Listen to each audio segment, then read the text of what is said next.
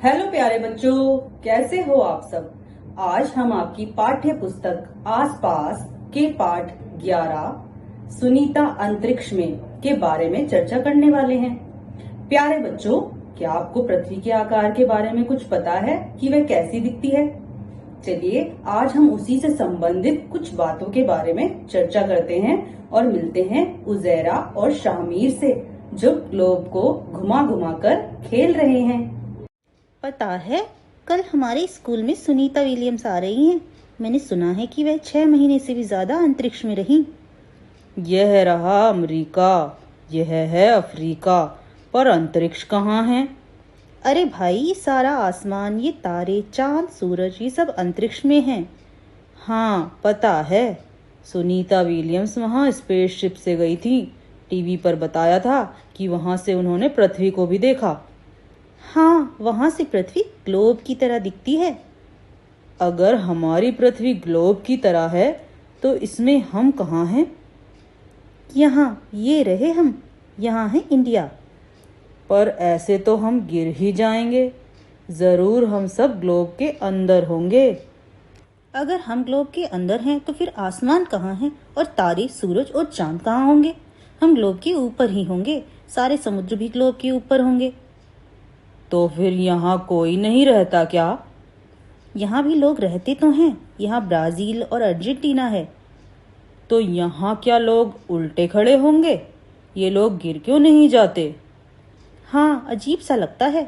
और यह नीला नीला समुद्र है ना, फिर ये पानी भी क्यों नहीं गिर जाता? प्यारे बच्चों, पृथ्वी पर एक ऐसा बल है जिसके कारण सभी कुछ उल्टा होने पर भी पृथ्वी से चिपका रहता है। वह बल है गुरुत्वाकर्षण बल। क्या प्यारे बच्चों, आपको पता है जब सुनीता विलियम्स भारत आई तो उज़ैरा और शाहमीर जैसे हजारों बच्चों को उनसे मुलाकात करने का मौका मिला। उन्होंने बताया कि वे अपनी दोस्त कल्पना चावला का अधूरा सपना पूरा करने भारत आई हैं। सुनीता बताती हैं अंतरिक्ष की कुछ मजेदार बातें। हम एक जगह टिककर तो बैठ ही नहीं सकते थे। यान में एक जगह से दूसरी जगह तैरते हुए पहुंचते। पानी भी एक जगह टिका नहीं रहता, वह बुलबुलों की तरह इधर उधर उड़ता फिरता। पता है, हाथ मुंह धोने के लिए हम तैरते बुलबुलों को पकड़कर कपड़ा गीला करते और हाथ मुंह साफ करते। वहाँ खाना भी अजब तरीके से खाना पड़ता था। सबसे ज्यादा मजा तब आता था जब हम सभी उड़ते हुए खाने वाले कमरे में जाते और उड़ते हुए खाने के पैकेटों को पकड़ते। अंतरिक्ष में मुझे कंघी करने की जरूरत ही नहीं पड़ती थी। बाल हमेशा ही खड़े रहते। चल ना पाना, हर समय तैरते रहना और हर काम अलग तरीके से करना, यह सब करने की आदत डालना आसान नहीं था। एक जगह टिककर काम करना तो अपने आप को बेल्ट से बांधो। कागज को भी ऐसे नहीं छोड़ सकते, उसे भी दीवार के साथ बांध कर रखो। अंतरिक्ष में रहना बहुत ही मजेदार था, लेकिन मुश्किल भी।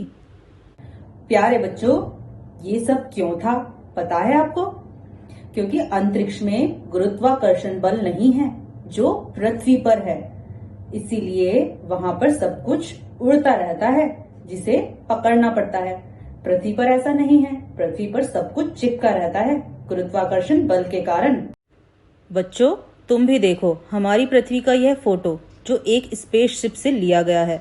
आज तो हम यह फोटो देख पा रहे हैं, पर हजारों सालों से लोग कल्पना ही करते रहे कि भला पूरी पृथ्वी कैसी दिखती होगी।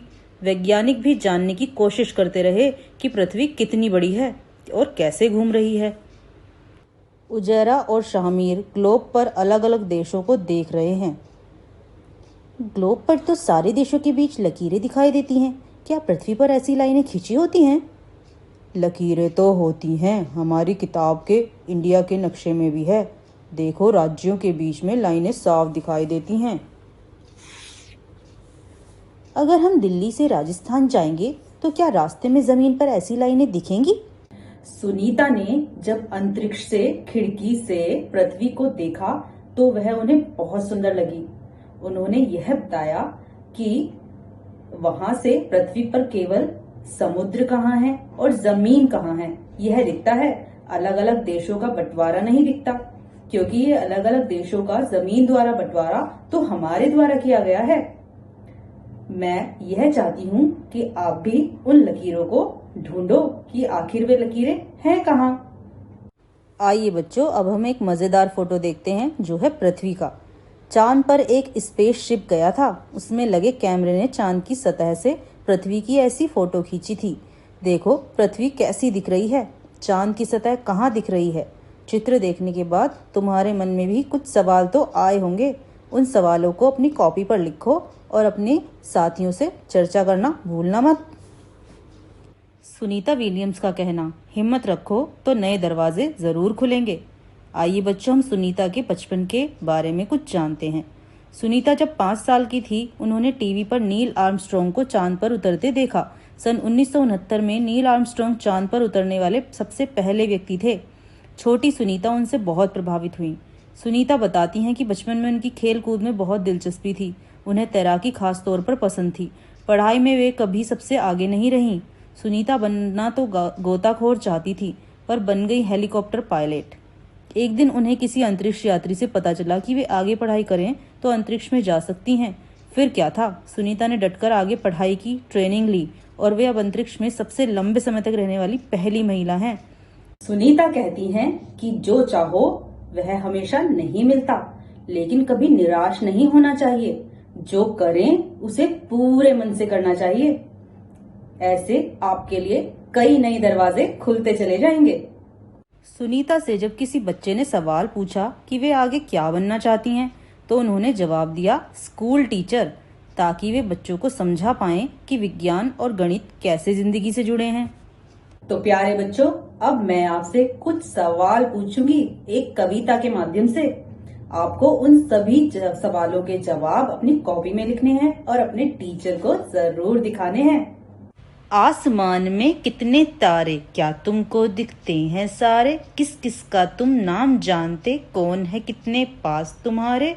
आसमान में कितने तारे, दिन में क्यों छिपते हैं तारे, रात में क्यों दिखते हैं तारे? क्यों होता है गोरख धंधा, जगमग क्यों करते हैं तारे? दिन में क्यों छिपते हैं तारे, हर तारे की बात पुरानी, कुछ की लेकिन सही निशानी। क्या देखा क्या जाना तुमने, बोलो इनकी राम कहानी, हर तारे की बात पुरानी।